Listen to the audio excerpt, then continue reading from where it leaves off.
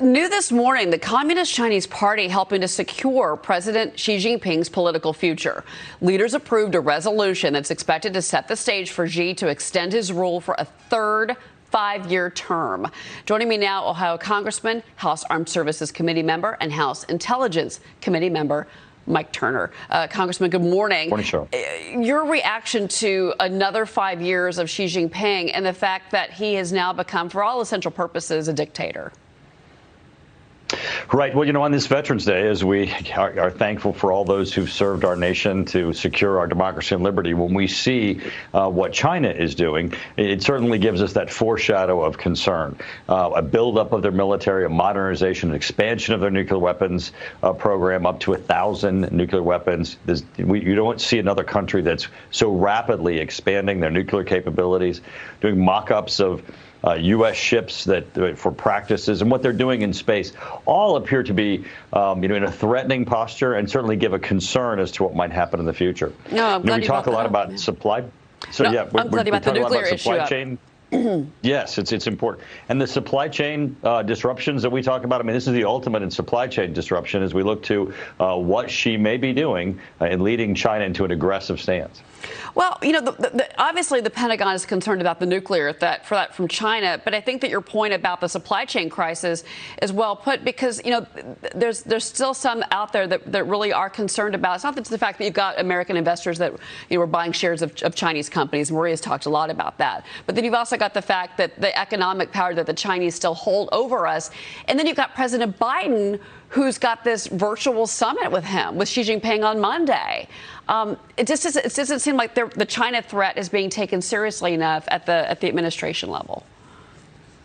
Absolutely. And what, everyone had hoped that as China opened up, as we opened up our economy and began to enter into a greater trade relationship, that they would become more like us. Now that we see this military buildup and their more aggressiveness in the area, they just did a military exercise with Russia and China where they circled Japan, threatening our ally Japan.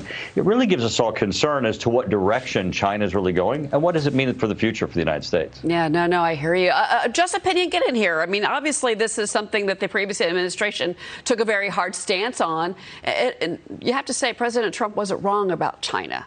Now we've taken a different direction. Absolutely. Absolutely. Congressman, I would love to get your perspective here because when you talk about what's happening here, you see that we just found out that China has surpassed our Navy in size. We find out that we're witnessing the largest nuclear buildup in the Chinese desert, arguably since the Cold War. Over 200 nuclear silos potentially in that Chinese desert. You see them propping up Iran and their nuclear ambitions, a $400 billion 25-year alliance. How do we get the world to see, and maybe this administration to see what the world has already known, that this is a five-alarm fire that threatens the stability of not just the region, but the world, particularly when you talk about the fact that they have missiles circling the globe in outer space, and we are defenseless to do anything about it? Right, absolutely. You just referenced that their advances in hypersonics, where they just launched a hypersonic in orbit around the Earth that was intended to prove their concept that can include a nuclear weapon where we wouldn't even know where it's coming from or have an ability to defend against it. These are not actions that are being taken by a country that wants to be our ally, our friend, and our trading partner. These are actions that are being taken by a country that wants to dominate worldwide. They see they're using their economic base to be able to expand militarily, and that certainly threatens us. It threatens our allies, and it certainly doesn't show that they have good intentions. And the fact that they're building these mock-ups, I think it should be very disconcerting for all of us. And then you've also got human rights abuses, which I'm kind of surprised that President Biden, has not addressed that more.